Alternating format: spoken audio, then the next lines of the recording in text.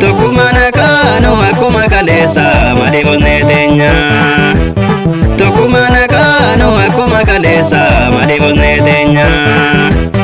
Aje chalamiko godani sanu le kayomi yufayine.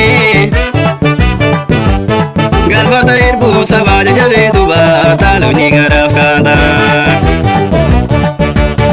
Galbata irbu sabaja jabe duba taluni garafkata.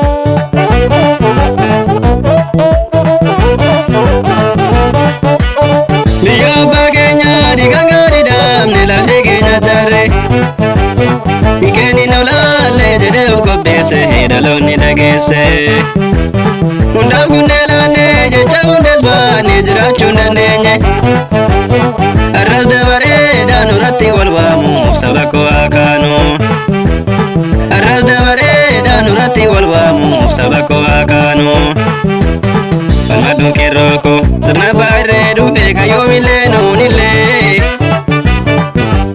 sabake nyaje sa osoi jalalo gubajero